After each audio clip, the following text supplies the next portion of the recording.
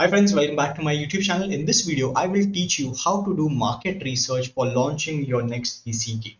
Now, if you are developing games for the PC platform, I'm assuming you will primarily be putting up on Steam. You'll pay that $99 listing fee and whatnot. But before you launch your game, you actually have to realize what is the true potential of the game that you're working on. Because without proper thorough market research, you're basically just working on a hobby that might not generate any revenue for you. And for game developers, it is very important to also focus on the monetary angle because that's how you will be able to sustain your career in game development. So today in this video, if you are interested in making games for PC, I'm going to give you the secret sauce behind how to do market research for your game and how to identify exactly which target audience you want to reach to. So without any further ado, let's get started. So I'm going to share my screen right now and I will be showing you this one website. It's called Gamalytic, Gamalytic.com. I will leave the link in the description as well. This website actually is a database of almost all the games that are uploaded on Steam. So essentially what you do is you do competitor analysis. And you can see like over here, you get data about almost everything. Let's say, for example, Elden Ring Night Rain, right? We open up this listing. So now over here, you get a list of all of the details.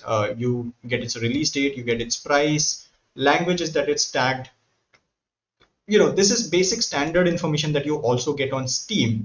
For example, if you just go on Steam, you will get all of these details for Elden Ring Night Rain, right? Very basic details. But the magic sauce lies over here, this stats. Now, these stats are not particularly accurate because these are basically just market estimates, but this gives you enough data to work on your own game. So how does this work? All right, first and foremost, you identify what genre you are making your game for. Is it a racing game? Is it an action game? Is it an RPG game? Is it a 3D game? Is it a 2D game? Is it a platformer game? Whatever, right? And then you go to games list over here. Okay, on Gamalytic over here on the left hand side, you go to games list. And now, based on what genre you want to work on, you identify this genre over here. I'm going to do a very simple exercise. Let's say, for example, I'm going to make a RPG game, for example. Okay, I will put my main genre as RPG. Then you focus on subgenre. Now, what am I further making in an RPG game? Is it a fighting game? Is it a 3D game? Is it a management game? Is it an open world game? Okay, I'm just going to put a random bunch of stuff. Open world, I'll put maybe shooter, okay, and I'll put maybe third person shooter. So based on all of these tags, essentially what happens is it keeps on refining. So okay, so right now over here there's only one game in this category. I want the classification to be more wide, so I'm just going to, I think I'll remove third person shooter. I'll just keep open world and shooter. All right, then I will go after tags. What sort of tags I'm looking for? Is it a 3D game? Is it an action game? Is it an action RPG game? So you can see like the moment you keep on adding new tags, these options go on decreasing, which means that you know exactly what games you want to work on. Now, because I've taken action and action RPG and we are already looking in the RPG genre, I'm just going to remove action RPG and we're going to keep these two tags, which is 3D and action. Then, of course, you can have some more refined details as well, like the game features, etc., etc. But this is, I think, available in the starter or pro access. You can see like Gamalytic has this free tool, but they also have pricing tiers. So if you want more data, you can subscribe to their Gamalytic platform's pricing or starter or pro plan, essentially. Then you can also filter based on how recent the game was released. And then after you're done with everything, you get a list of these many games. Now over here in RPG, open world, shooter, 3D and action tags, we have 1, 2, 3, 4, 5, 6, 7, 8. 8 games, right? Now, this is how where it gets interesting. You might be confused on how to price your game. This list gives you an idea. Like just look at this. Look at this list. Now you can also export this list. There is these three dots over here. You can click over here You can download this as a CSV, right? Then you get this games list over here, and then you can go to your Excel or Google Sheets. I prefer Google Sheets. Click on open, and then in your uploads over here, in your uploads, just drag and drop this game list, and this will basically open up this games list for you, right? This is basically your competitor analysis. So I'm just going to name it as competitor analysis for RPG game. All right. Now, I can filter out whatever data I want. I don't want this unreleased or first release date access or whatever. I'm just going to quickly delete this. This will also give me a list of the copies sold. It will give me a list of price. It will tell me how much revenue this game earned, and basically the review score as well. So I'm just going to remove review score as well. I don't really want this. Now, if you're confused about pricing, what you can do is simply take an average of these entire games, right? Like I can just put a formula called average, and I will take an average. The last game, I think this was Project Wasteland, right over here. So Project Wasteland, if you see, all the numbers are showing 000, but you can see like there are 1,200 downloads, and on Steam also, if you can see, I think is this a free game? It's a free to play game, right? Now, of course, this might happen. So for free games, you don't really particularly get the proper data, but yeah, it's very hard to put an estimate on how much this game earned because it's a completely free game right now, and currently it is in early access. As you can see, like this flag over here shows you early access true. These other games are not in early access. Now, the answer to your first question, how much should I price my game? Just take an average of these games price and just draw out an average price. This is almost worth pricing your game at, which is $7.99, right? Second thing, you can also take an average estimate on how much copies your game will earn.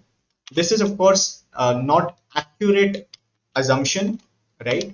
Because it also depends on how many users you will be able to acquire. Maybe it might be possible that you might not get this number. Maybe it might be lower than this. Maybe it might be higher than this. So basically, what this actually does is it gives you a revenue potential. Okay. Now, revenue potential is what? This number, copies sold, multiplied by your price that you're going to price. So, for your RPG game, in the 3D tag, or in your open world category, you should be able to earn a revenue on an average of $15,360, which comes up to approximately, if you take 85 as a rate, units, tens, hundreds, thousand, 10,000, lakh, 10 lakh, about 13 lakh rupees for your game. Now, trust me, data doesn't lie. You might have seen these games on the top charts earning millions and millions of dollars, but the hard reality is majority of the games lie in this particular category. Like for example, if you can see, uh, this game Eerie sold 11,270 copies. It was priced at $6.99, and it earned about $99,643 in terms of revenue, which if you take your revenue in INR, this becomes this into 85, right? So you can see like this game earned about 84 lakh 69,655 rupees. So based on this data, you can actually easily forecast how much your game is going to earn. Okay. Now, of course, this is very preliminary data. You just have to go in much more detail to find out exactly how much your game is going to make. And even if you do these calculations, chances are that when the game goes out in the market, these estimations are still going to be inaccurate. But that shouldn't stop you from doing this exercise, because you come to know that these games are your competition, and you can actually go to their Steam page, look at their store listing. Like let's say, for example, the best game in this genre seems to be Eerie right now, which is developed and published by Uriasoft. So I can just go to their Steam page over here, and I can see, they've put out gameplay trailer, they've put out this description. Their ratings are mostly positive, and you can basically learn from this listing what has been done in this particular game, right? Now, of course, like you have to do this research for each and every game in your category, so that you get a much more deeper idea on what is it exactly that you need to do, right? So you can see like Humanity Lost. This has mixed reviews, and this sold about 1,400 copies, selling at $3.99, which earned about $4,876, which is approximately what 4.14 lakh, 4 lakh 14,460 rupees, right? So you can keep on doing this activity over and over again for different types of games, and use this list, modify these parameters, go after, like your if you're making a racing game, just check what sort of games are available in this particular genre. Maybe it's a racing game, you can say like I don't know, an open world game, or again subgenre can again be racing. Tags, you can put like a 3D tag, you can put I don't know, whatever, like whatever, you can do that.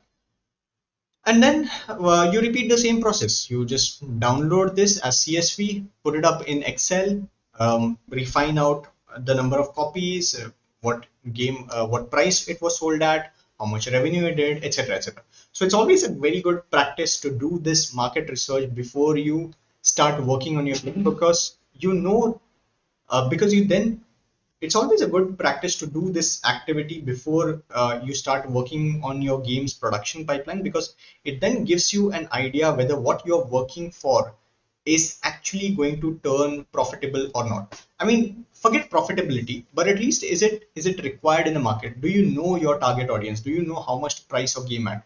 Do you know how many copies were sold in your game's category? So all of these data points is super important to know. And like Gamalytic, there are a bunch of other tools as well. I just like Gamalytic a lot because it gives you a much more clear data and much more clear understanding even without having to pay for that tool. So the free tier offers you decent amount of information.